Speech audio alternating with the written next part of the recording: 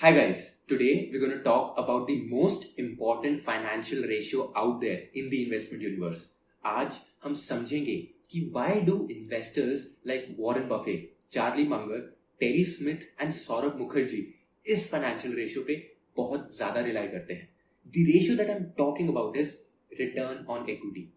इस वीडियो में ना ही हम इस रेशियो के बारे में समझेंगे, I'll also share the derivation of this ratio. हम सिर्फ फॉर्मूला के बारे में बात नहीं करेंगे, दैट्स ऑलरेडी आउट देयर. हम समझेंगे कि how does this ratio link to the business which underlies the investment that we are making. इसके साथ ही साथ हम 3 रियल लाइफ केस स्टडीज भी देखेंगे जहां पे हम इस RoE की नॉलेज को अप्लाई करके decent wealth क्रिएट कर सकते थे for us as investors over past 3 to 5 years. So if you're interested in knowing all of this, stay tuned because we are starting right now.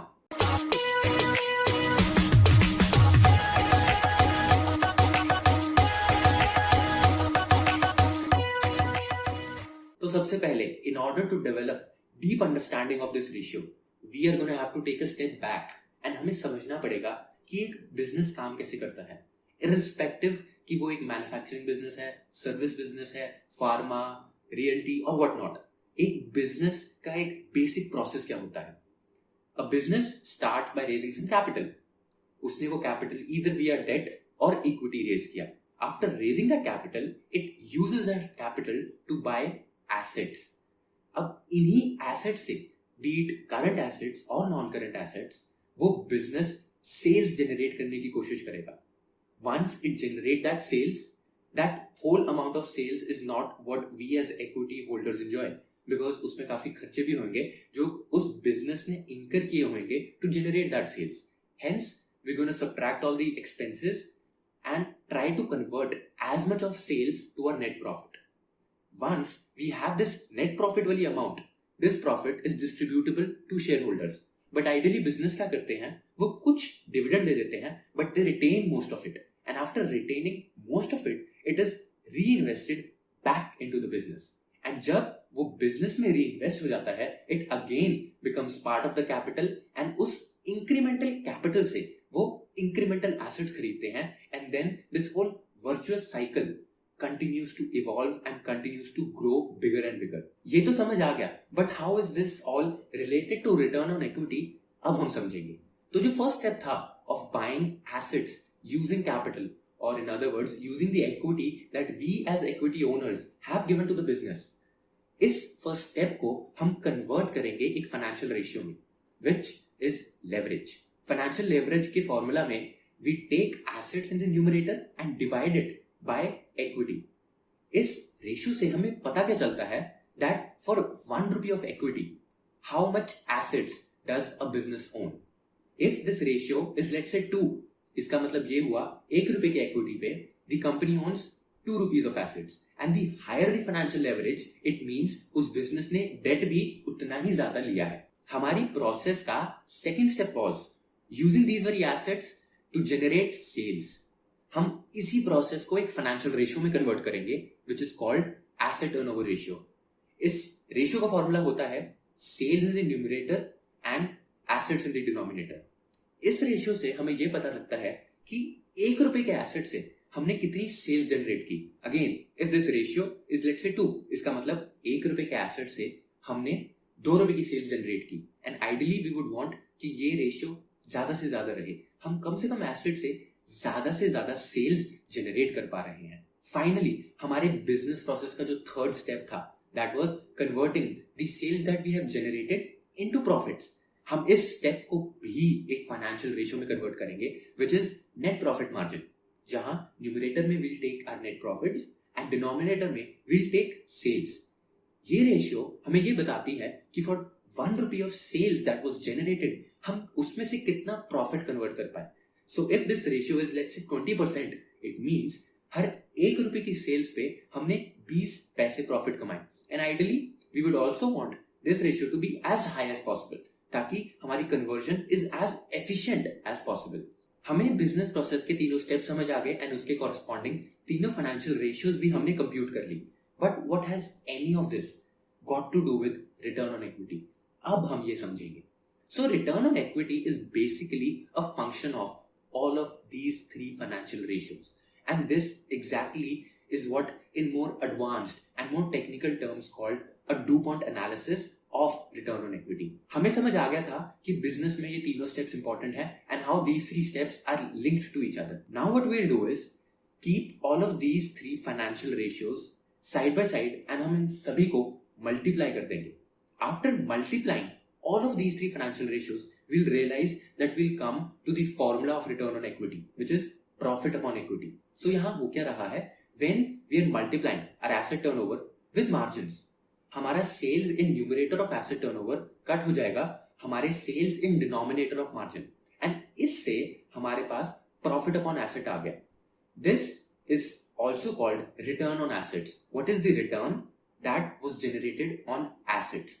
And when we multiply this very return on assets to financial leverage, हमारा यहाँ पे assets in the denominator of return on assets is cut off by assets in the numerator of financial leverage, जिससे हमारे पास return that is profit divided by equity on equity आ जाता है. And this is how return on equity का formula is derived. अब हम इससे ये समझिए that for return on equity to either increase or decrease, either of these three financial ratios must increase or decrease.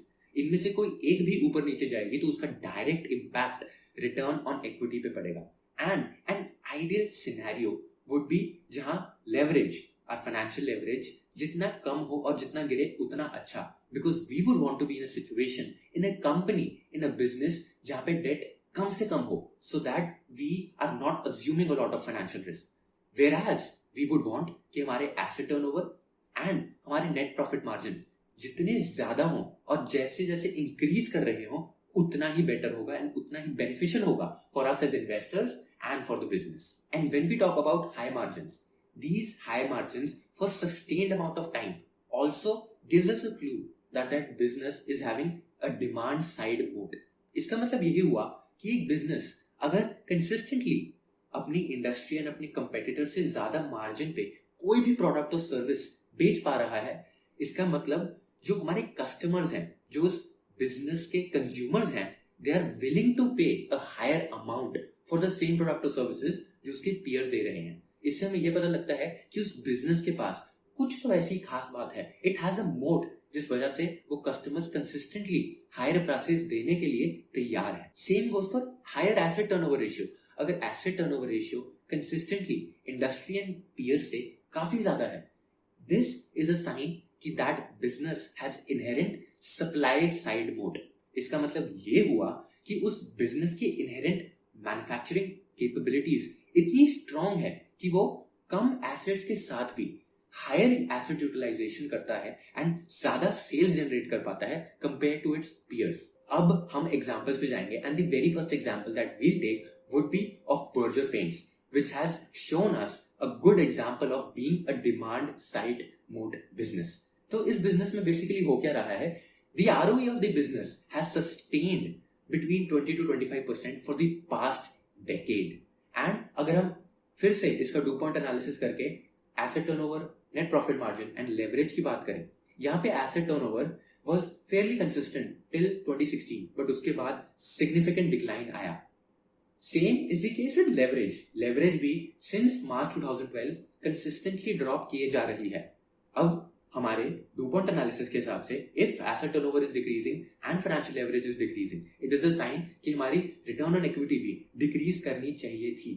But ऐसा नहीं हुआ because Berger Paints is a great franchisee with a good demand side moat, जिस वजह से वो अपने net profit margins को sustainably increase करते जा रहे थे, which started from 6.3% in March 2012 and is at all-time high in March 21 of 11%. That is around about 1.8x increase in its margins. इसी के अंदर अगर हम थोड़ा डीप जाएं, हमें पता लगेगा कि net profit margin expansion was primarily due to Berger Paints moving towards more premiumization of its products. माने कि जब वो पेंट बेच रहे थे, वो एक commodity product नहीं बेच रहे थे, rather वो एक प्रीमियम प्रोडक्ट बेचने की कोशिश कर रहे थे compare to its competitors. And the reason उनका एसेट टर्नओवर सिंस 2016 काफी सिग्निफिकेंटली ड्रॉप किया was because in past 3 to 4 years after 2016 paint industry में एक बहुत ही बड़ा केपेक्स साइकिल विटनेस किया था मार्केट प्लेयर्स ने, बिकॉज वो केपेक्स साइकिल हुआ जिस वजह से asset base of all the companies in the industry increase and expanded. अब since asset base was increasing at a greater rate than sales, उस वजह से asset turnover was decreasing consistently for past 3 to 4-5 years and today it's at all time low. So हमें सिर्फ DuPont analysis की वजह से Berger paints के बारे में इतना कुछ समझ आ गया. Now will take next example of APL Apollo which is a classic example of supply side mode.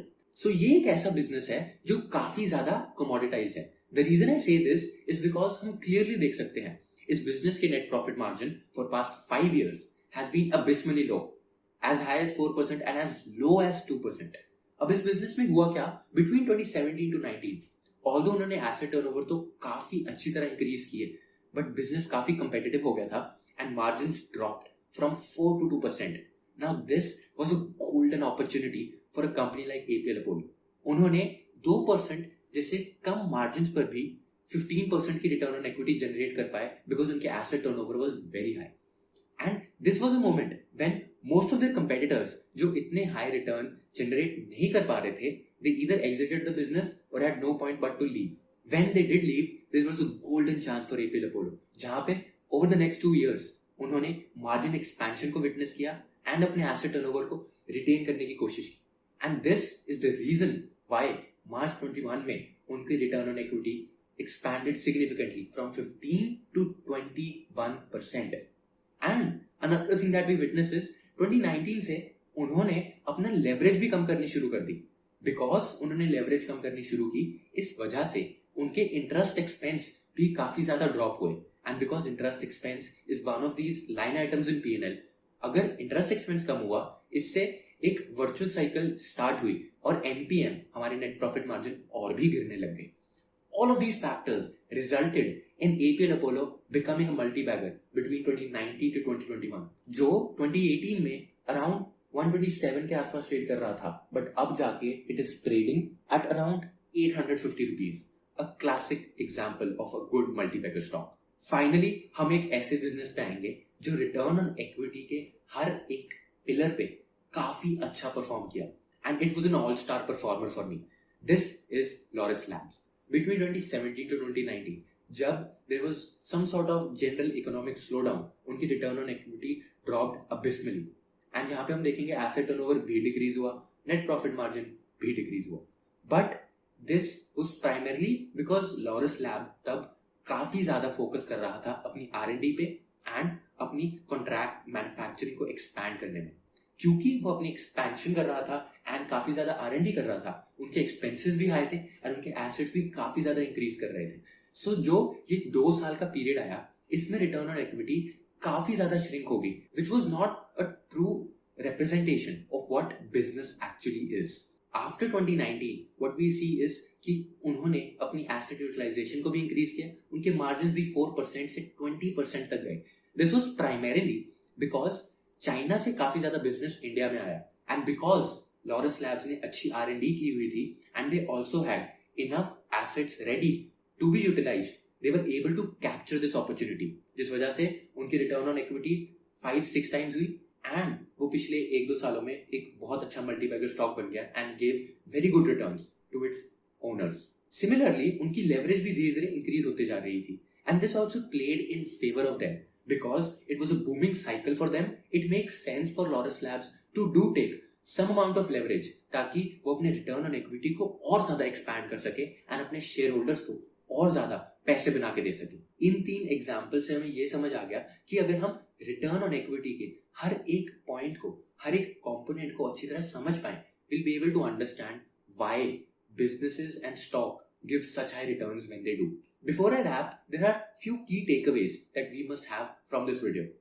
A, अगर आपको एक ऐसा स्टॉक चाहिए जो कंसिस्टेंटली आपके लिए पैसे बनाए, more or less a consistent compounder, you should ideally look for a business जो ROE over and above 20% over long duration of time sustain कर पा रहा है. Example, Berger Paints. Berger Paints का ROE consistently 10 सालों के लिए 20% से ज्यादा था, जिस वजह से वो पिछले 10 सालों में इतना अच्छा रिटर्न दे पाया. और if you looking for businesses जो मल्टीपल रिटर्न थे, दैट इज 1 to 3 years में काफी ज्यादा इंक्रीज हो, then you should very closely look at it return on equity की मूवमेंट, ताकि जब भी कोई ट्रिगर आए you can capture the upside as soon as possible. And finally, one very important thing, if a return on equity is increasing a lot, you must be very careful कि वो leverage की वजह से increase नहीं हो रही. क्योंकि जब भी इकोनॉमिक साइकिल्स आती हैं, a lot of these commodity companies try to increase their return on equity by taking a lot of debt. And when they take a lot of debt, उनकी return on equity कुछ ज़्यादा ही flowery हो जाती है, which is not a true representation of what their actual underlying business can generate. And when the tide washes away, जब leverage और ज़्यादा increase नहीं कर पाते, तब वो businesses की return on equity बहुत ज़्यादा ड्रॉप हो जाती है and there stock prices also fall equally. If you enjoyed watching this video, अगर आपको ये पसंद आया and you learn a lot, I am pretty sure आपको फाइनेंशियल एनालिसिस में इंटरेस्ट है. अगर फाइनेंशियल एनालिसिस में इंटरेस्ट है, चेक आउट दिस वीडियो जहां मैंने 20 मिनट के अंदर तीनों फाइनेंशियल रेशियोज का फाइनेंशियल एनालिसिस किया on website called screener. And after 20 minutes we were able to have a good understanding of the business and make observations about the business even if हमने उसके बारे में कभी भी पहले नहीं पढ़ा था. So yeah, go check this out. If you like this video, do share it with your friends, like कर दो, do subscribe to the channel and stay safe, happy learning.